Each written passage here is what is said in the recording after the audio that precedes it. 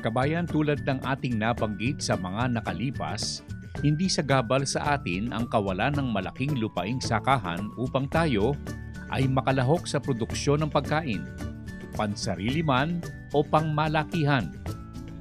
Kahit na ang naninirahan sa kalunsuran ay maaaring magtanim ng mga halaman, mag-alaga ng mga isda, ng hayop at marami pang iba.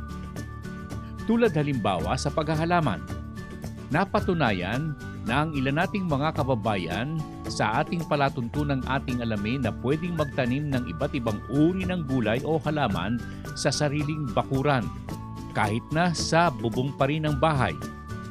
Ito'y patunay ng mga nakaugnay ng ating alamin na ating tinawag na urban gardening. Kahit na ang mga paaralan ay hinihikayat na muling bumalik sa paghahalaman, pag-aalaga ng hayop at isda. May kaugnayan dito, kabayan, muling nahiling ng ilan nating kababayan sa ilang bayan at lungsod, kabilang na ang San Pablo sa Laguna, na muli nating ipakita ang pagtatanim ng halamang ube o kaya'y gabi sa pamamagitan ng sako. Ube in sacks, kabayan, na nauna nating ipinakita sa tulong ng mga kababayan natin sa Barangay San Marcos sa San Pablo. Kung kaya't narito ang paraan ng pagtatanim ng ube sa sako. May kita, kabayan, hindi mahirap gawin at hindi mangangailangan ng lupaing malawak. Sako lang, ubing pananim, tiyaga, at may proyekto na ang magtatanim. Ube sa sako, kabayan, balik tanaw ng palatuntunang ating alamin.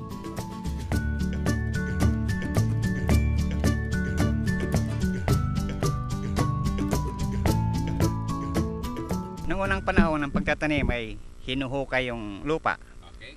Pagkatapos hukayin ng malalim, saka ilalagay yung punla. Medyo pag hinarvest mo yan, medyo mahirap pag-harvest. Pagkatapos matigas pa rin yung ilalim. So ngayong makabagong pamamaraan ay iba na. Ilalagay na siya sa sako. Sako Sa sako po. Itong paglalagay na, alam mo nung pinag-uusapan natin to, wala akong ideya pa kung bakit ilalagay sa sako. Ano po ang rason ninyo para bakit natin dapat ilagay sa sako? Ang unang katwiran ay yung lupa na nilagay sa sako ay very loose. Madali siyang tubuan ng ube at madali siyang i-harvest. Pangalawa, may lalagay mo ang lahat ng nutrients na gusto mo. May lagay mong compost, may lagay mong dust na mayroong growth hormones at saka iba pang mga materials na organiko na pwede mo itambak doon sa sako. At bago natin umpisahan ito ni Telma, Telma, nasisiguro ba natin na magtatagumpay tayo rito sa gagawin natin to? Ginawa na po ang technology ito ng mga kabataan, 4-H Club ng San Marcos. At natagumpay naman sila, magtagumpay naman sila sa kanilang ginawa. At suring ilan yung pinaka-average na harvest po? 7 kilos po. 7 kilos sa lahat ng sako? Hindi. Sa bawat isang sako? Sa bawat. Per sack. Magkano isang kilo? Noon ay mura pa lang ho 12 pesos lang. May 100 piso na tayo mahigit. Ano? Okay, diretso po tayo rito. At itong napatunayan mong teknolohiya, subok na ito, no boss? Mga ilan sako ang ang inumpisahan ninyo? mayroong 50 sako. Noong una, yung mga 4-H Club, wala silang mga lupain. Inisip ko kung paano sila matulungan sa pag-aalaga ng ubi sa kanilang tahanan lamang. So, kinonseptualize ko na gumamit ng sako at saka kaing. Yung kaing na hindi maganda dahil sa balat siya ng hindi balat ng ng kawayan, yung laman, kaya madali siya nabulhok. So, ang ginamit namin sako. Awan ng Diyos matagumpay naman. Sa technology na pag-uusapan po natin, ang makikinabang itong mga kapwa natin magsasaka, yung mga nasa pangingisda, mga pangisdaan natin, at saka itong mga kabataan, mga 4-H Club. Si Kapitan. Kapitan, kung talagang tutuusin po, ilang farmers po ang pwedeng makinabang dito at interesado sa proyekto? Dito po sa amin na yun ng San Marcos marami po ang farmers. Talagang baka ang bilang dito talaga yan ang pinakakabuhayan. Ay baka ho dito yung milimanda ang farmers ho naririto. Pwedeng pumasok ha? Pwede yung pumasok dyan. Kung sakasakali ba, 500 sila. Tapos, kasama ako doon sa lipa.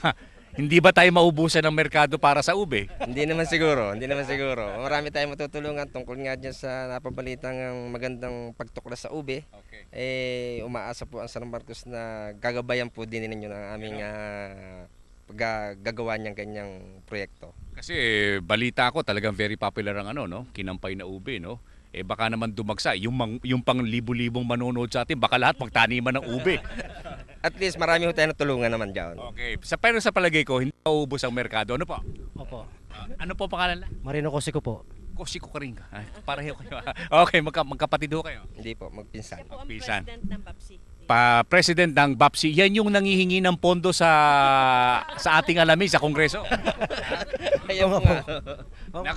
Alam niyo kung magkaano po ito, mga ilan po makikinabang do sa hihingin yung pondo sa amin?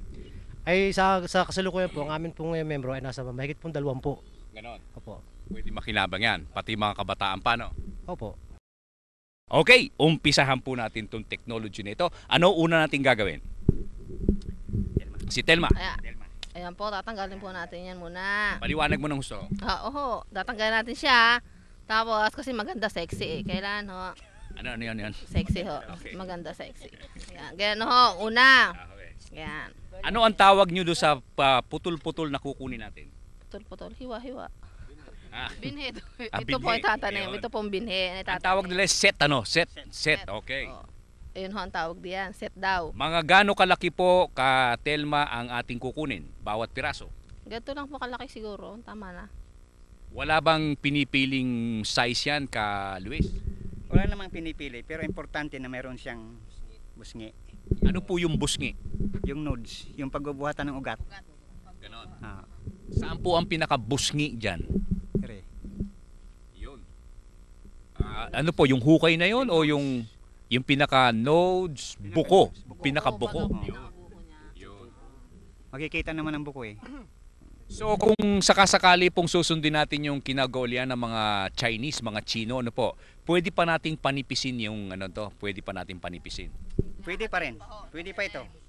Pwede pang maski tatlo ito, pwedeng hatiin. Okay, sige, hatiin natin. Paano ang sizes po niyan? Ikaw ay talagang taal na taga Laguna, ano? Ayan ho. Ayan ho, gano, tatlong pwede do, yung maliit Piraso. na yung peraso, pwede yung tatluhin. Okay. Basta may busngi daw ho siya. Yung kabayang busngi, nodes, buko, Buko, ano pa ang tawag natin dito? Sige, hiwa tayo dyan. hiwa pa rin. Pagkatapos po, anong gagawin natin ka Luis?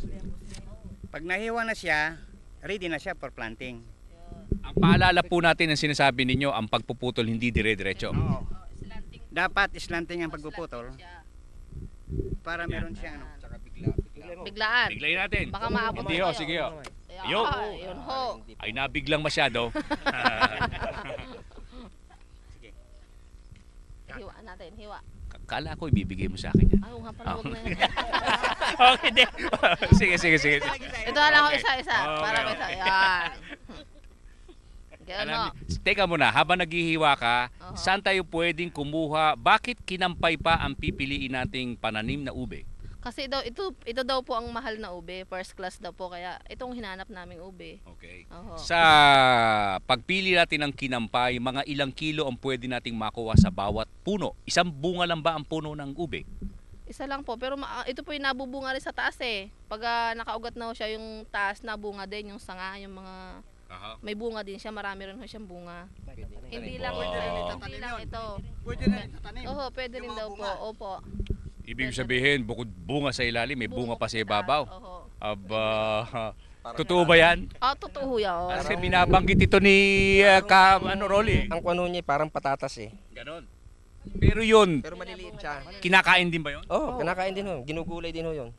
Hindi, lasang ubi rin. Ube rin.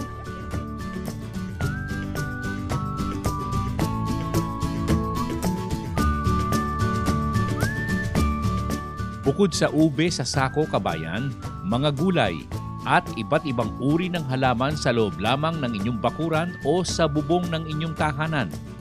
Hayop sa mga kulungan, isda sa mga plastic drum, at halaman sa mga boting basyo, plastic container at marami pang iba.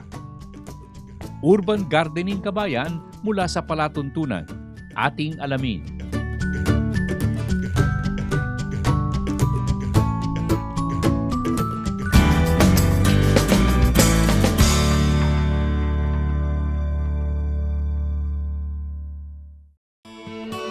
The Filipino local flavor never ceases to amaze one's taste.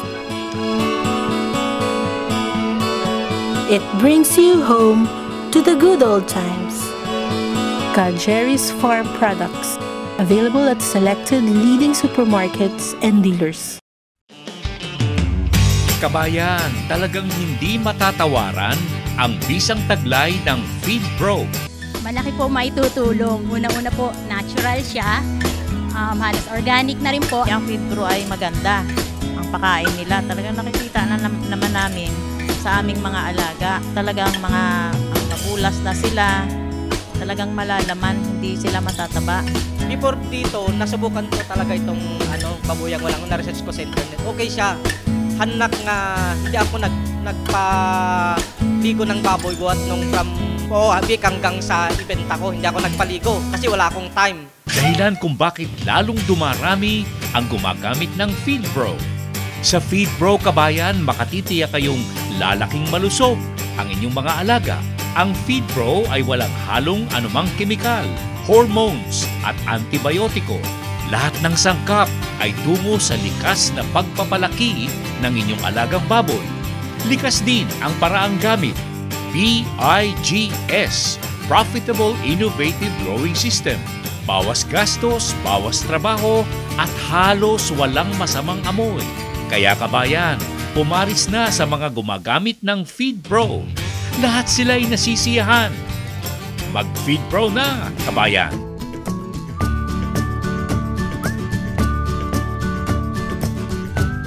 Mamaya kabayan, ipagpapatuloy po natin ang ating usapan sa pag-aalaga ng mga matataas na uri ng baboy at mga nakikinabang sa mga inaalagaan pagkalipas lamang ng ilang sandali.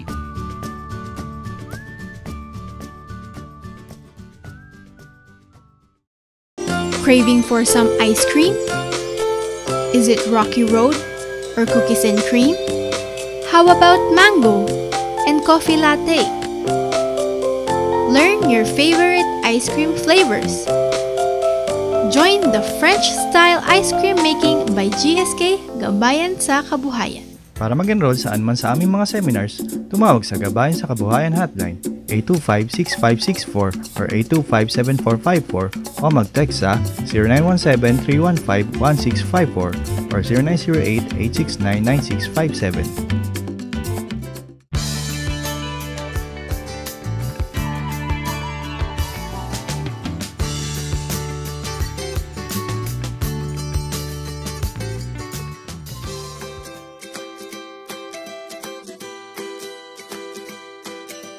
Alam po ninyo kabayan, nitong mga nakalipas na ilang araw, natunghaya ng ating alamin ng isang pagpapakitang gawa sa YouTube ng isang samahan na kung tawagin ay Seekers, na kung saan ay kanilang binigyang pansin ang mga kabataan na nasa larangan ng pananakahan sa kanilang bansa.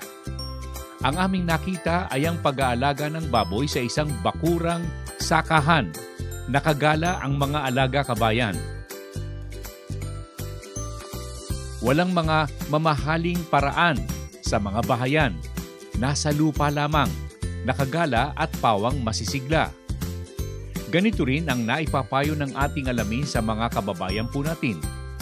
Tulad nga ng isang naitala nating sumulat sa Facebook sa palatuntunang ating alamin. Sinabi niyang ng kanyang pakawalan ng kanyang alagang baboy sa kapaligiran, ito'y lalong naging sumigla at lumakas. Kasi kabayan, ito ang kanilang sarili at likas na gawi, tulad ng ating nakita sa lalawigan ng Bulacan. Puting baboy kabayan sa putikan sa panahon ng tag-ulan, masigla at maayos. Nasabi nga ng mga dalubhasa ng John & John Farm, Basta't maayos lamang ang mga nag-aalaga at maganda ang pakain, husto ang tubig at laging pinag-uukulan ng pansin, hindi magkakaroon ng problema sa alagaan. Kagaya po ng kanilang naipakita sa palatuntunang ating alamin na gumagala ang kanilang mga alagang baboy. Samantala, nasabi ding ilan sa mga kababayan natin ang nasisiyahan sa kanilang mga nakuhang alagang inahin at barako sa John & John Farm. Pati na ang mga naibigay na mga biik ng mga matataas na uri ng nasabing baboy.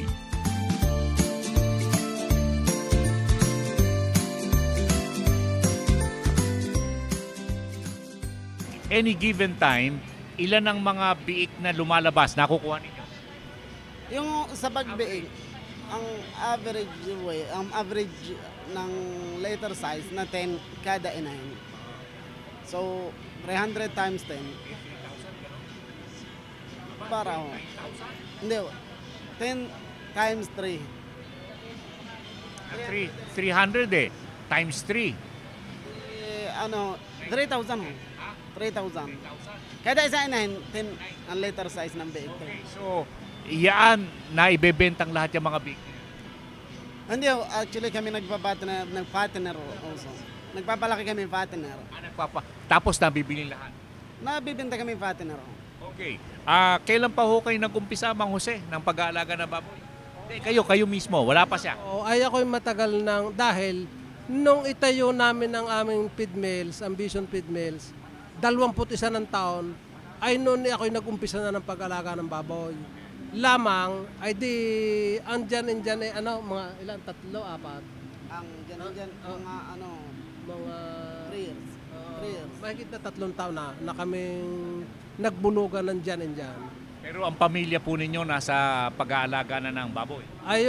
Yung aking anak na isa ay veterinary. Yung isang kasama ko diyan. Masasabi ba ninyo na ang pag-aalaga ng baboy ngayon lumalakas ang pagbababuyan sa Pilipinas? Masasabi po ba ninyo na magandang negosyo, hanap buhay po ito? Ay sa amin, ay yun ang masasabi ko ay talagang napakaayos sa amin. Dahil nung unang panahon ay kami sa isang linggo, minsan lamang mamalingke. Ay ngayon ay halos araw-araw na nung maraming alagang baboy. Ayos ang pagkita. Araw-araw na nakakapamalingke. Hindi kayo nagpo-proseso ng baboy? Ay hindi pa naman. Binapalak pa ng... yung palakihin pa lang? Oo. Live lang. Ang market ninyo saan po, Ali? Market sa Rosario. Rosario lang? Ang nakuha sa amin ng hauler. Hindi kami ang hauler nakuha sa amin sa farm mismo. Ibig sabihin, saan nakakarating yan? Manila wari ko natating. Manila. Mabili naman? Ay ayos naman. Talagang palibasa ay magaganda nga ang lahi ng baboy. Ay talagang ayos. At may balak po kayo na, Ali, may balak kayo na may nakikita kayo, may napupusuan kayong baboy ni John & John? Puro magaganda. Ibig sabihin, may makikita kayong gugusto niyo balang araw, bibili ninyo? Sa mga lahi ito, yung white Petrain. White Petrain, bakit? Kasi yung white Petrain, terminal puro. Magandang lahi niya, madami siyang crows, tapos ang kanyang anak, partner, napakaganda. Alam ko yun kasi nakita ko mga anak ng white Petrain, talaga magaganda. Less taba, less kain, mabilis lumaki. Ayun ang gusto ng isang katulad naman farmer. Ang harap namin lagi, matipid kumain, mabilis lumaki. In short time, di kami tubo rin. At kaya kinukuha nyo sa John & John? Sa John & John po. Yun ang John & John na magandahan sa kanila, yung lahi nila.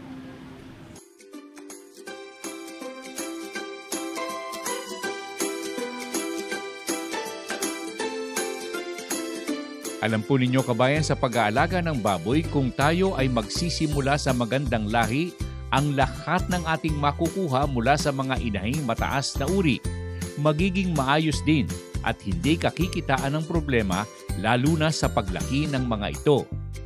Dagdag kaalaman mula sa palatuntunang ating alamin.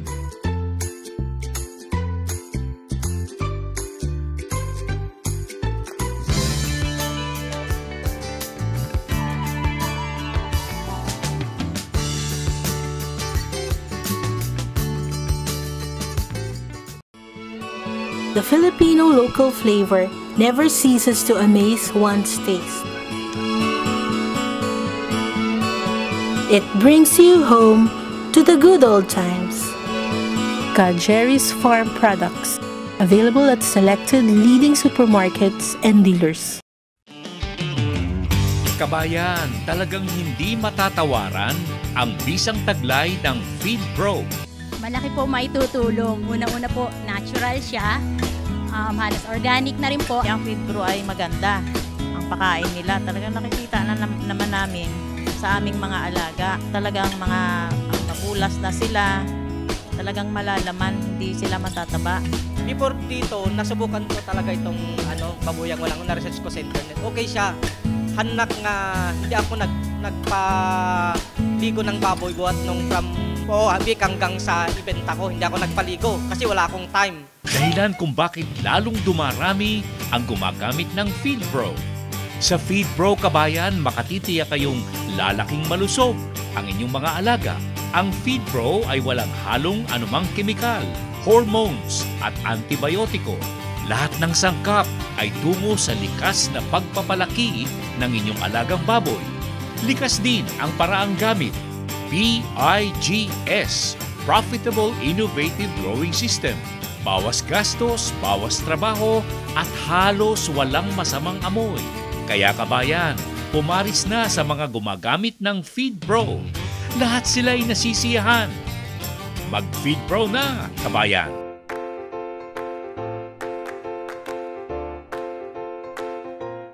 Mamaya kabayan ang ating mga kasagutan sa mga tanong at kahilingan mula sa mga nanonood ng ating alamin sa YouTube. Pagkalipas lamang ng ilang paalala.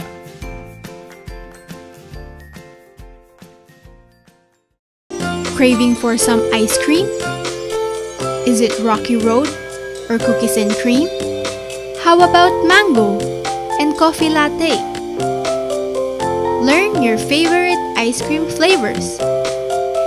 Join the French-style ice cream making by GSK Gabayan sa Kabuhayan. Para mag-enroll saan man sa aming mga seminars, tumawag sa Gabayan sa Kabuhayan Hotline 825-6564 or 825-7454 o mag-text sa 0917-315-1654 or 0908-869-9657.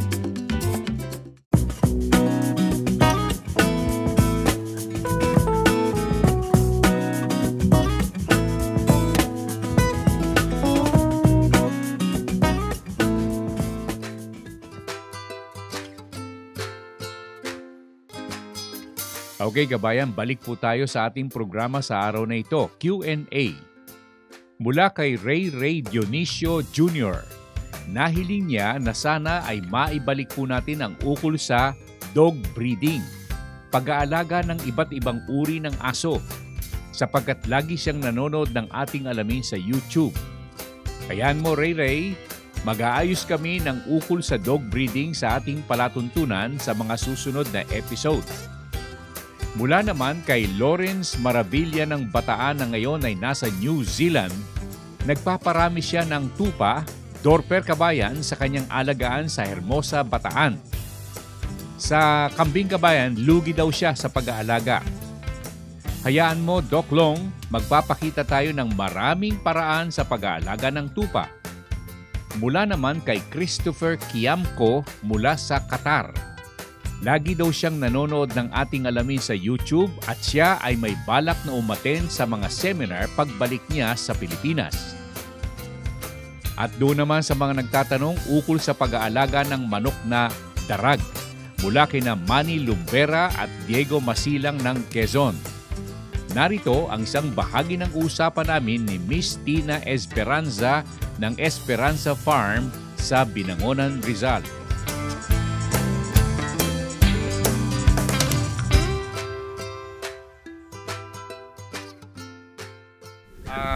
Bakit mo pinili ang darag unang-una? May nagsabi ba sa'yo na mas mahusay at mas maganda ang darag? May nagrekomenda po na darag po na kasi daw mas masarap daw ang meat ng darag. Okay. Yun. Kaya so naisipan po ng husband ko na mag-try po kami sa maliit na amount na mga kwan lang po. Mga inahin at kwan lang po, ilan lang po sila. So doon po kami nagsimula. Pero nung inumpisahan nyo yan, wala kang balak na ito ay paramihin para maging isang negosyo? Ito ba ay backyard lang talaga? Opo, wala pa pong ganun ka-thinking po. Kumbaga nag-try pa lang po kami.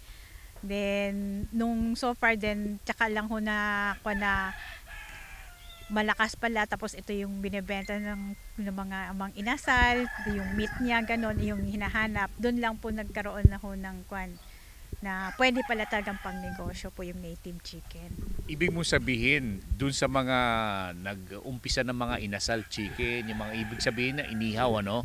Sa Iloilo, sa Panay, sa Antique, sa Capiz, etc. Doon sa Bacolod, ang hinahanap ba nila talagang native chicken, hindi yung mga puting manok? Native po talaga. Native talaga. Opo, mas malasa ang native daw po. Pero sabi nila, ang native, Jerry, matigas ang laman. Mas malambot yung puti. Ay, hindi rin po. Hindi po. Ang lasa, medyo halos pare-pareho naman. Hindi po, mas malasa po talaga ang native. Lalo na po kung ang kuan po ninyo, meron po nagpapakain, iba po. Tapos kami, true talaga, organic po.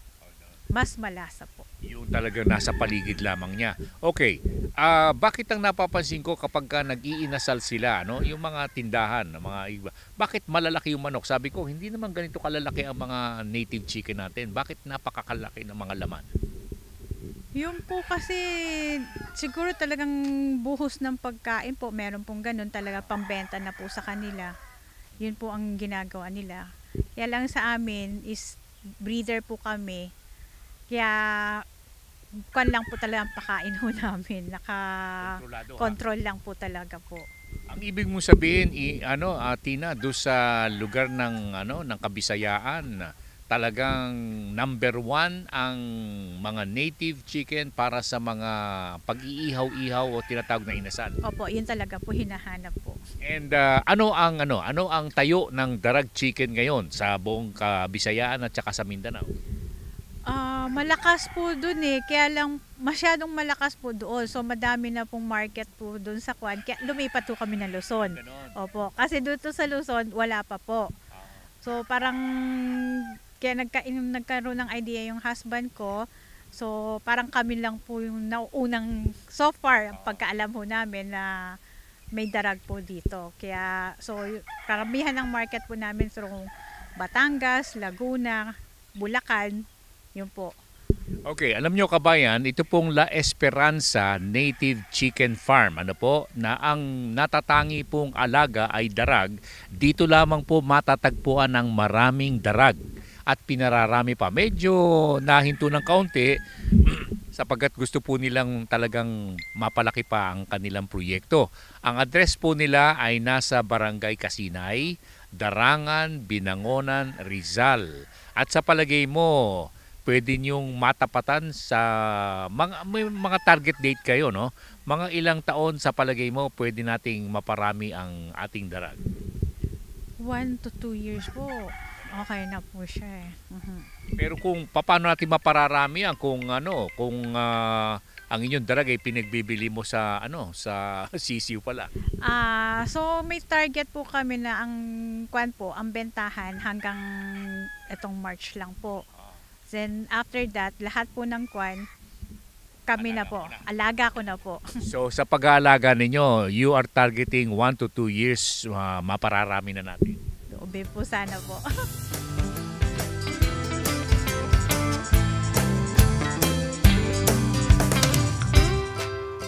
Darag Chicken Kabayan sa lalawigan ng Rizal.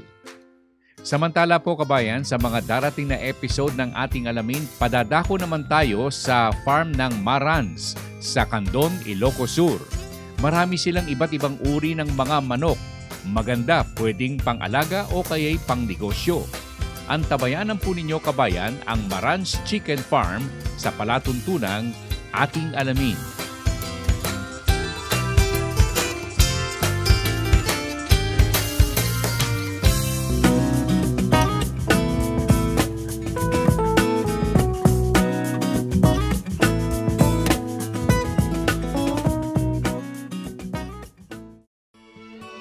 The Filipino local flavor never ceases to amaze one's taste. It brings you home to the good old times. Jerry's Farm Products, available at selected leading supermarkets and dealers. Kabayan, talagang hindi matatawaran ang bisang taglay ng Feed Pro. Malaki po maitutulong. Una-una po, natural siya. Halos organic na rin po. Ang Feed Pro ay maganda. Ang pakain nila, talagang nakikita na naman namin sa aming mga alaga. Talagang mga mabulas na sila. Talagang malalaman, hindi sila matataba. Before dito, nasubukan ko talaga itong babuyang walang na-research ko sa internet. Okay siya. Hanak nga, hindi ako nagpaligo ng baboy buhat nung from Habik hanggang sa ibenta ko. Hindi ako nagpaligo kasi wala akong time. Dahilan kung bakit lalong dumarami ang gumagamit ng Feed Pro. Sa Feed Pro, kabayan, makatitiyak kayong lalaking malusog ang inyong mga alaga. Ang Feed Pro ay walang halong anumang kemikal, hormones at antibiotiko. Lahat ng sangkap ay tungo sa likas na pagpapalaki ng inyong alagang baboy. Likas din ang paraang gamit. PIGS, Profitable Innovative Growing System. Bawas gastos, bawas trabaho at halos walang masamang amoy. Kaya kabayan, pumaris na sa mga gumagamit ng Feed Pro. Lahat sila ay nasisiyahan. Mag-Feed Pro na, kabayan! Ang isusunod po natin, kabayan, ay mga pagpapakitang gawa sa gabayan sa kabuhayan, ang ating livelihood seminar for the week, pagkalipas lamang ng ilang paalala. Craving for some ice cream? Is it Rocky Road or cookies and cream? How about mango and coffee latte? Learn your favorite ice cream flavors. Join the French-style ice cream making by GSK Gabayan sa Kabuhayan.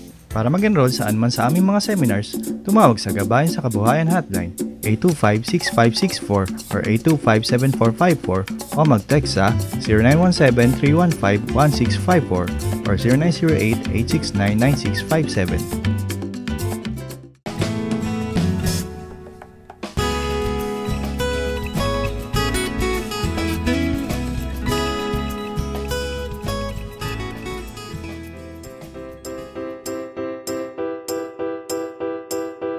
Alam po ninyo, kabayan, maraming nanonood ng ating alamin ang nais na dumalo sa ating mga seminar na naibibigay sa GSK Center at naitatanong kung ano ang pinakamagandang pagkakitaan. Alam po ninyo, halos lahat po ay pinagkakakitaan. Karamihan ay mga home projects na maliit lamang na puhunan ang kailangan. Pero ang importante, kabayan, kailangang sumama kayo sa seminar para matuto. Attend po kayo, kabayan, sa anumang seminar na inyong mapipili sa GSK. Gaya halimbawa ng ating demonstration sa araw na ito, Livelihood Seminar for the Week.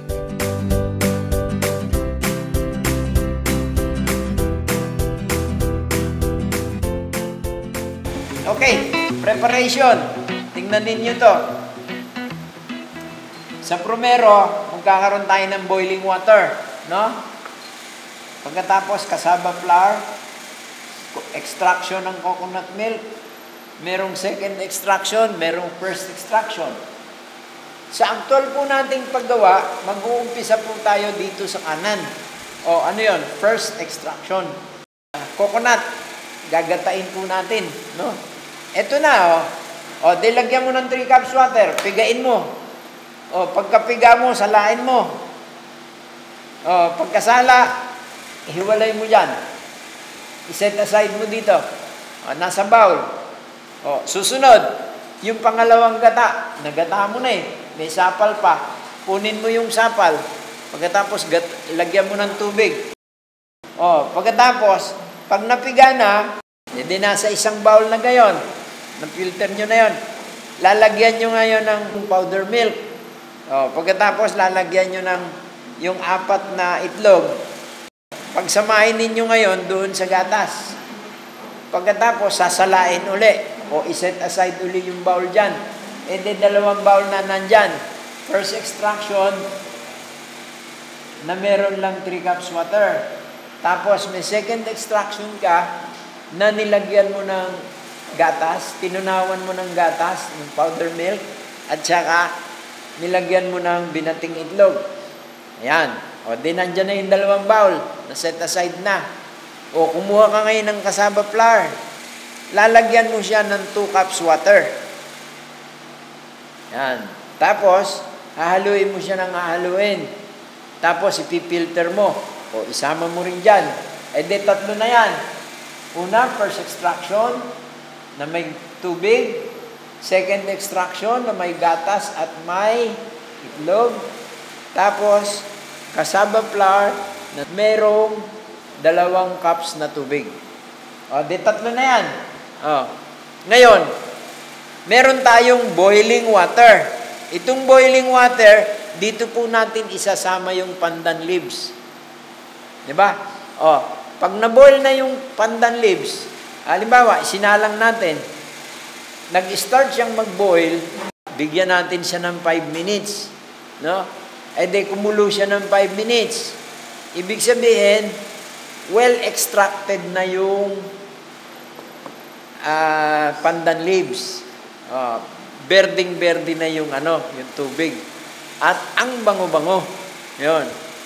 Edi kukunin naman natin ngayon yung scalding. Pupunta na tayo ng scalding. Pabayaan natin na kumukulo yung tubig, tapos ni-ready na natin ang second stage, ang scalding stage.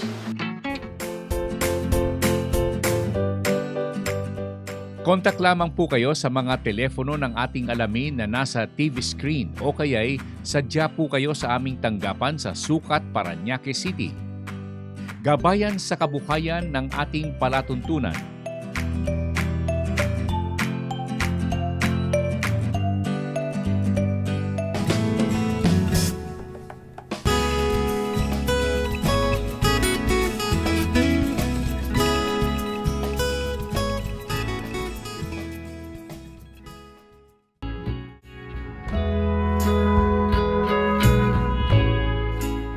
Mamaya kabayan, ang isusunod po natin ay ukol naman sa babuyang iwas sa masamang amoy ng Feed Pro at pakaing likas ang mga sangkap.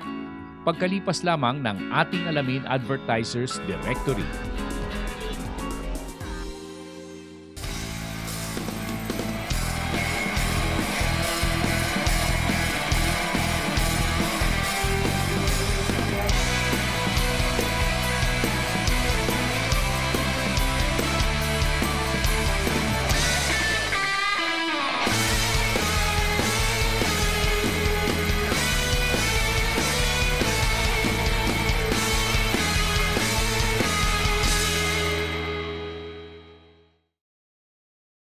Fast times need fast solutions. That's where Infotex comes in. Announcements in schools and universities. I get to know kung may pasok o wala. For fast delivery. Mabilis namin natatrack ang mga packages. Via text for nationwide safety and security. Mabilis namin nakuha ang command mula sa central base. Infotex cares for your health. We get outbreak information and vaccines via text. Everything in a click. Caring solutions by Infotext.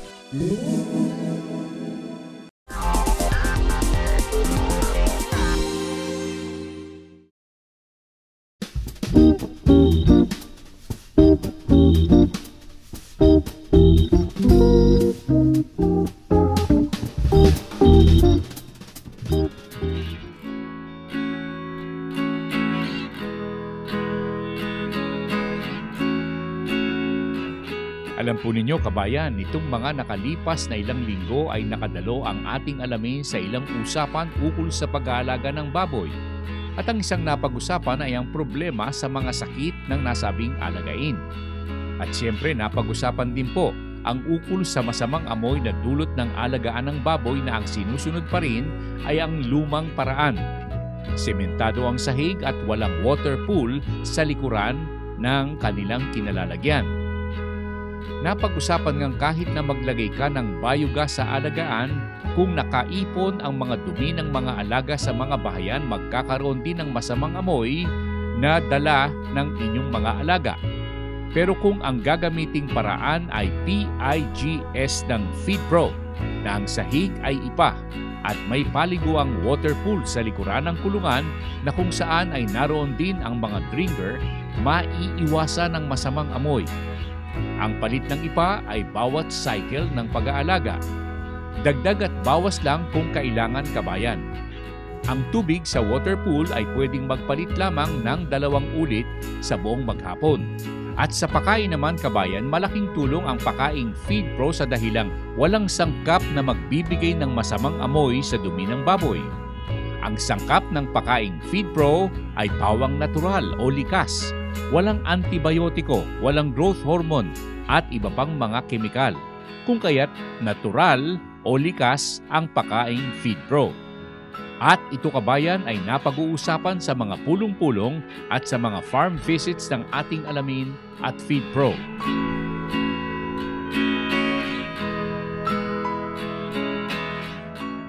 Okay, kabayan ko. At mahal na mahal mo yung picture ko, sir. Ha? Aba, siyempre po.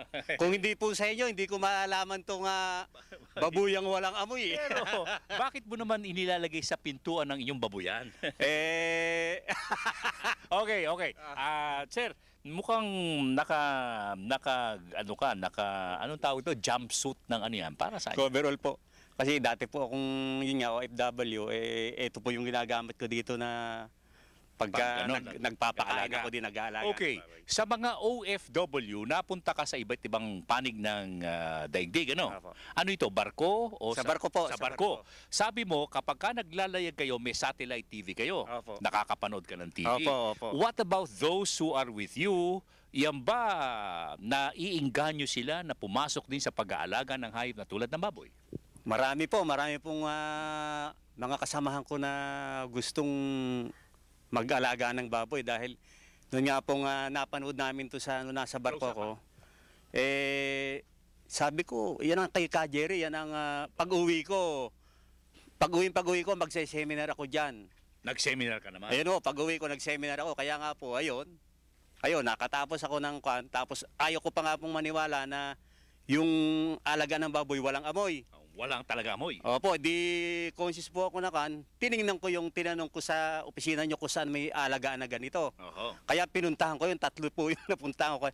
Nung makita ko po yung walang amoy, kaya nagdesisyon na po ako. Ito na po. Okay.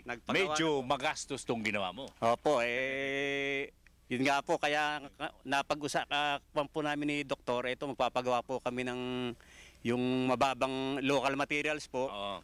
Para ito, lupa ninyo to, sir. Opo. Lupa ninyo. At doon sa mga OFW, iniimbitahan po namin kayo. Maraming mga proyekto ang GSK ng ating alamin. At isa rito ay ang pag-aalaga ng Yobabs. Ikaw ba nakapagbenta na ng baboy? Hindi po, ito po yung una kong pag-aalaga. Pero noong araw po, nag-aalaga po kami, nakapagbenta. Pero hindi pa po ganitong sistema. Ito, kahit na malapit ka, walang amoy. Wala po talaga. Lupa ba ninyo ito, sir? Opo. At may bala ka bang palakihin pa at palawakin yung alagaan mo? Yun po ang focus ko. Okay ha. Teka mo na, retired ka na ba sa Retired na po. Ano ang pwesto mo sa OFW? Kompo, pampman po, taga-bomba ng kargada na mga gasolina.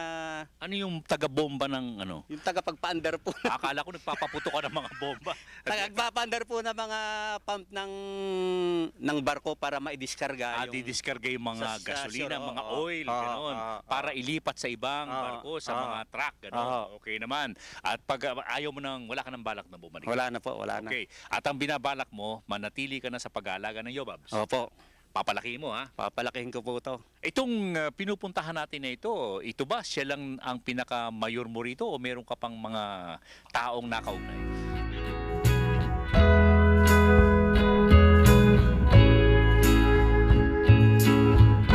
Alam po ninyo, kabayan, marami na pong gumagamit ng FeedPro at paraang PIGS.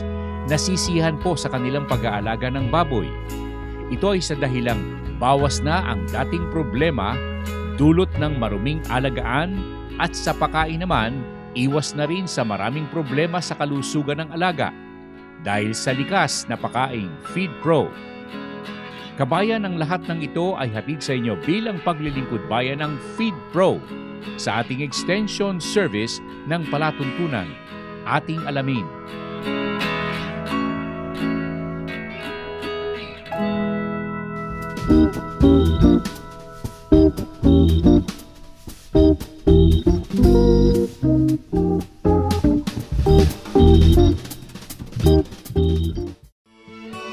The Filipino local flavor never ceases to amaze one's taste.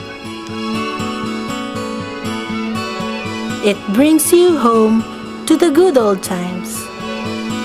Jerry's Farm Products, available at selected leading supermarkets and dealers. Kabayan, talagang hindi matatawaran ang bisang taglay ng Feed Pro. Malaki po maitutulong. Una-una po, natural siya. Halos organic na rin po. Yung Feed Pro ay maganda. Ang pakain nila, talagang nakikita na naman namin sa aming mga alaga. Talagang mga mabulas na sila. Talagang malalaman, hindi sila matataba. Before dito, nasubukan ko talaga itong babuyang walang na-research ko sa internet. Okay siya.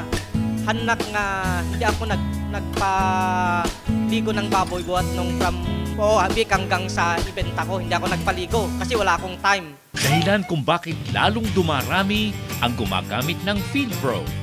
Sa Feed Pro, kabayan, makatitiyak kayong lalaking malusog ang inyong mga alaga. Ang Feed Pro ay walang halong anumang kemikal, hormones at antibiotiko. Lahat ng sangkap ay tungo sa likas na pagpapalaki ng inyong alagang baboy. Likas din ang paraang gamit. PIGS, Profitable Innovative Growing System. Bawas gastos, bawas trabaho, at halos walang masamang amoy. Kaya kabayan, pumaris na sa mga gumagamit ng Feed Pro. Lahat sila ay nasisiyahan. Mag-Feed Pro na, kabayan!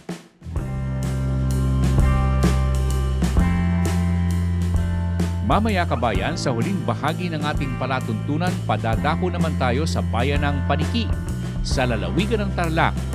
Dinayo po namin ang isang integrated farm na pinamamahalaan at pag-aari ng isang dating pinuno ng Sandatahang Lakas ng Pilipinas. Isang integrated farm. May mga alagang kambing, tupa, native na baboy, mga manok, at taniman ng iba't ibang uri ng halaman tulad ng mais at mga gulay. Ang RAF Integrated Farm sa Paniki, Tarlac, at ang ating piling-piling kabayan si Colonel Roger Austria at ang kanyang pamilya. Pagkalipas lamang ng ilang sandali.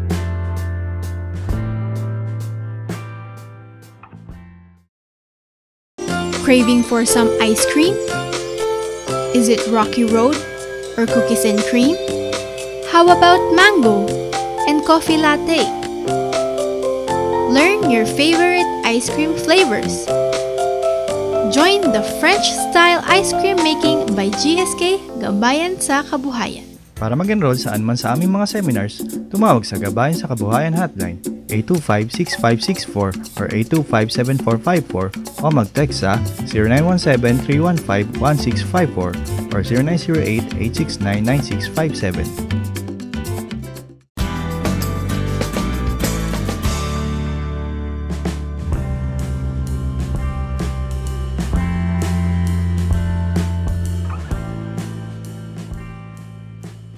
Okay, kabayan, balik po tayo sa ating palatuntunang ating alamin at narito po tayo sa Barangay Bentinilla, dito po sa bayan po ng Paniki, sa lalawigan po ng Tarlac, at dinalaw po natin ang RAF, walang iba kung hindi ang Roger Austria Farm na dati po ay ang Conqueror Integrated Farm. Goat farm pa lamang po yun, pero naging integrated po sapagkat may pinagsama-sama samot-sari ng mga proyekto na makatutulong hindi lamang sa kanilang pamilya kung hindi sa buong bayan po ng Paniki. Okay?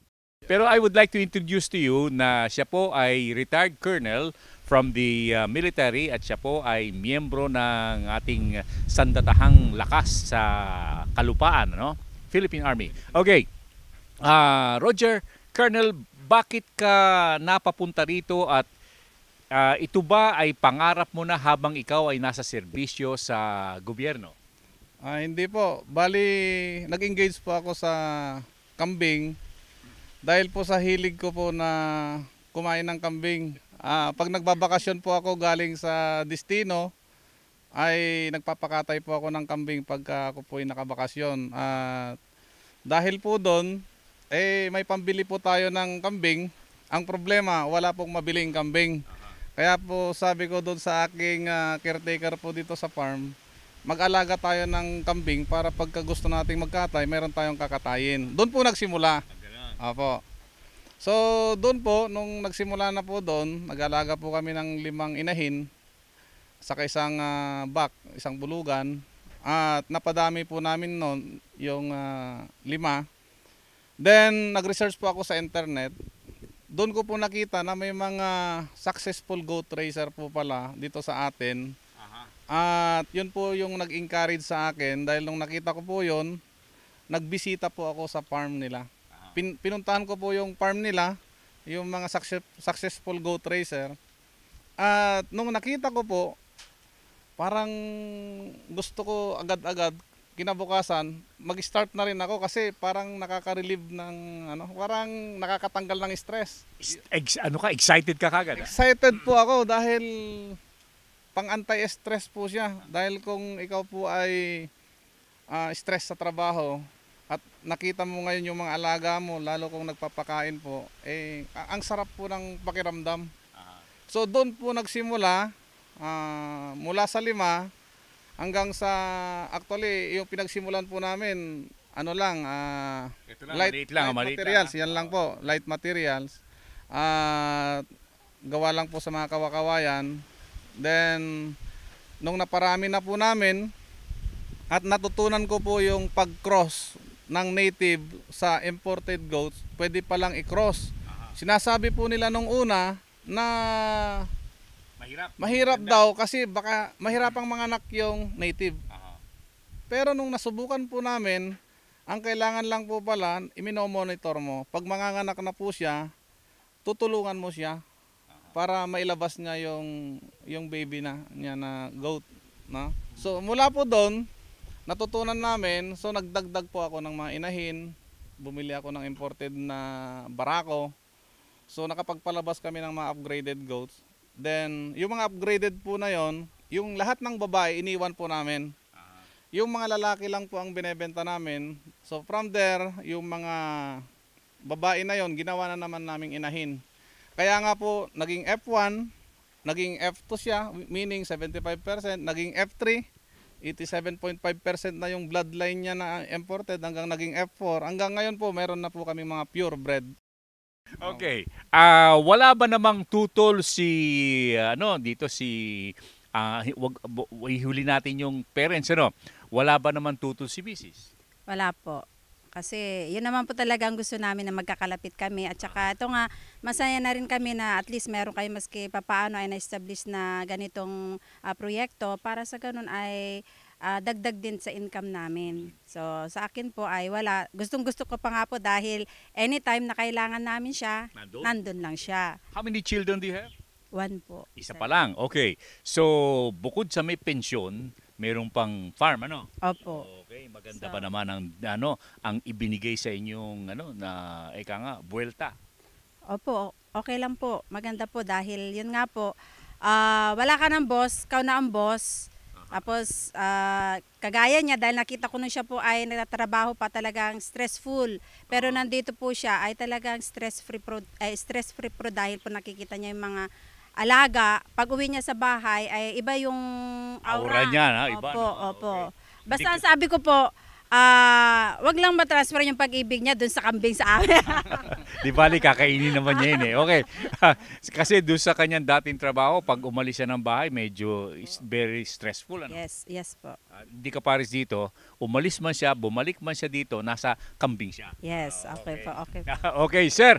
Wala ba namang kayong tutol nung siya po ay umalis sa military service? Nagtaka nga ako nung nagpas siyang magre-retiro na siya at sinabi ko sa kanya, parang bata ka pa masyado para mag-retiro ka ako. Pero sino ang nagbigay sa kanya ng ideya na pumasok po sa military service? Mahilig talaga siya sa kwan, baril-barilan nung maliit pa siya. Yung kwan, gusto niya yung nakikipaglaban ba? At kayo po naman, ano po ang pinakalinya ninyo, Mang Carlos? Hanggang sa kwan lang ako, driver ako ng Philippine Rabbit dati. Retired driver. Okay, ano kayo, pero wala kayong hilig na yung kayo sa trabaho niya, wala kayong hilig sa agriculture? Meron din po, pero mahirap ang farmers. Ayan, sinabi ba ninyo sa anak ninyo na mahihirapan ka dyan sa being a farmer? Oo, mahirap yan dahil naranasan ko ito. Sinasaka ko ito noon. Ito? Oo, ito. Nagsasaka rin kayo nung araw? Oo, itong... Sa ibig sabihin, lupa ninyo ito originally pa? Oo, sa amin ito. Ano po ang tanim nyo rito? Palay? Palay. Aling Gina, ano po ang ideya po ninyo sa ganitong klase po ng pinasukang proyekto ng inyong anak na si Roger? Okay lang naman po. Nasa kanya yun kung magsipag siya. Uunlad. Kung tamad, wala. Paano yung kinatuwiran po sa atin ni Mang Carlo? Sabi niya, mahirap yung pagsasaka sapagkat pagka nalugi ka, talagang bagsak. Talaga pong ganun. Pagka lugi ka talaga, pagka binaha, wala kang ani. Ngayon, wala nang baha. Gumanda nga po ngayon. Pero nung ba, talaga kung nababaha po ito. Nalulungkot kayo ni Mr. Austria? Opo. Ngayon, masaya na kayo? Opo, dahil wala nang baha. Balita ko, nagliligid daw kayo sa buong mundo. Ay. Sana may mga anak po kayo sa ibang bansa. Meron po. Yung isa sa Canada po, yung isa sa London. Bibisita nyo lang. Are you planning to stay put dito po sa Pilipinas? Opo, dito na dahil nandito yung mister ko, saka may bahay naman po kami. Okay, nako, balikan natin si Colonel Roger Austria. Roger, dito sa mga ginagawa mo, what are your plans in the future? Of course, dito po sa small ruminants, sa pagkakambing, expansion po yung mga next na plano ko po, mag-expand kasi habang lumalaki po siya kasi medyo based dito sa experience po natin ngayon na ganito pa lang siya, nakikita na natin yung kahit paano kumikitang pangkabuhayan. Nung una po, parang nag-aalanganin ako nung umpisa kasi mahal yung mga breed ng mga kambing na binibili ko. Sabi ko, may bebenta ko rin kaya ito pag ako na yung magbebenta.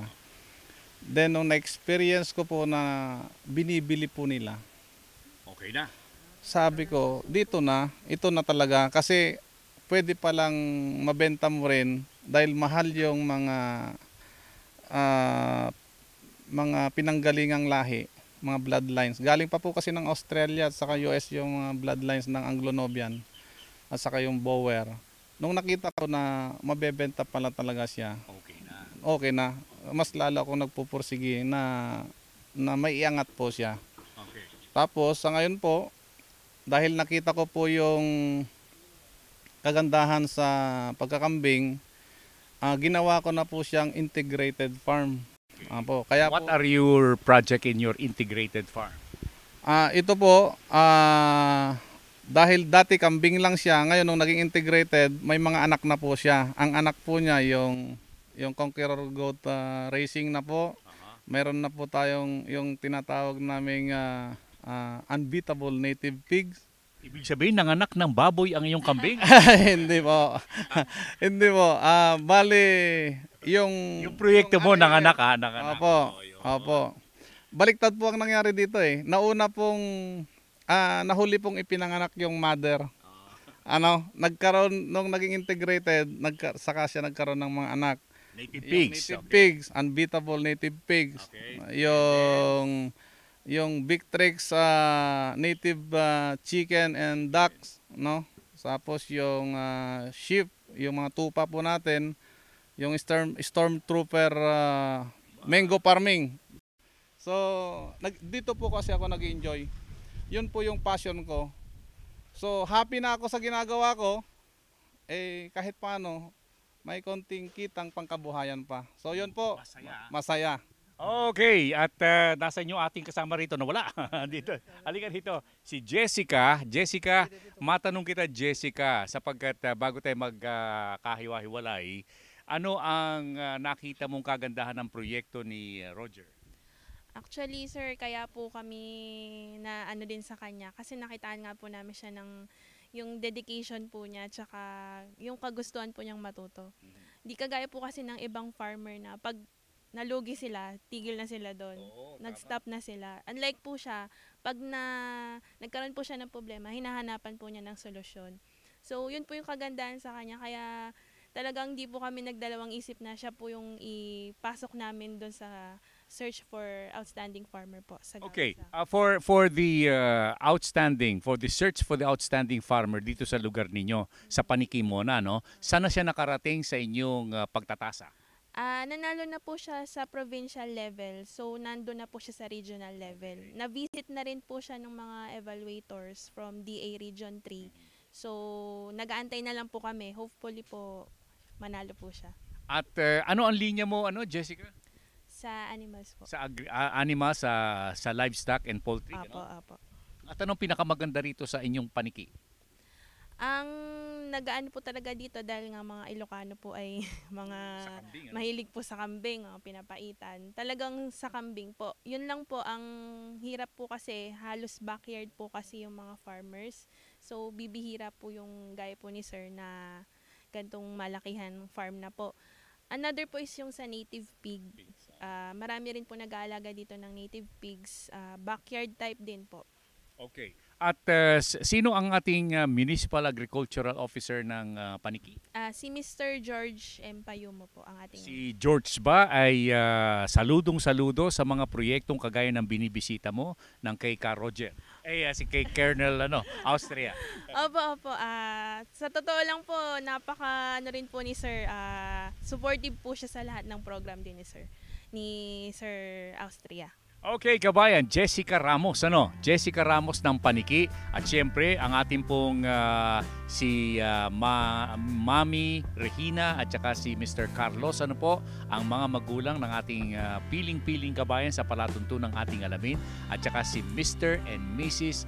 Austria. Yes, okay.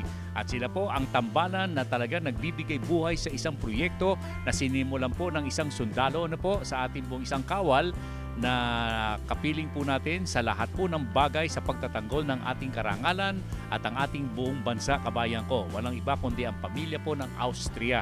Dito po sa bayan po ng Paniki sa lalawigan ng Tarlac na dinalaw po ng ating palatuntunang ating alamin. Sa awa po ng Panginoon Diyos, kabayan, ay naging maganda ang ating pong pakikipag-ugnayan sa kanila at ito po ay makapagbibigay ng napakagandang bunga sa mga kababayan po nating naghahanap ng mga proyekto sa larangan po ng pananakahan at pangisdaan.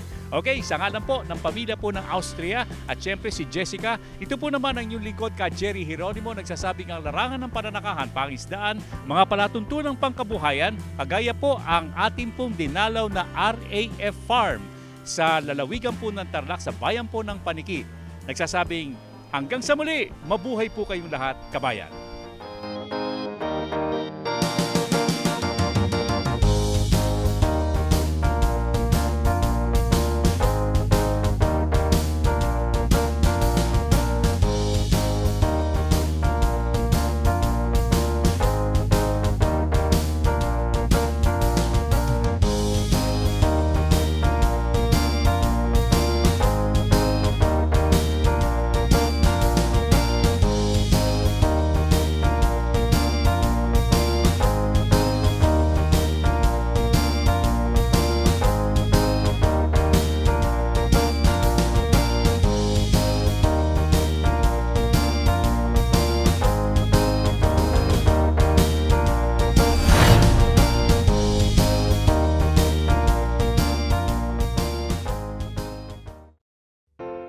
Kabayan, subscribe po kayo para po sa ating palatuntunang ating alamin sa YouTube. Huwag po ninyong kalilimutan, subscription po para sa maganda at maayos na panonood sa palatuntunan ating alamin.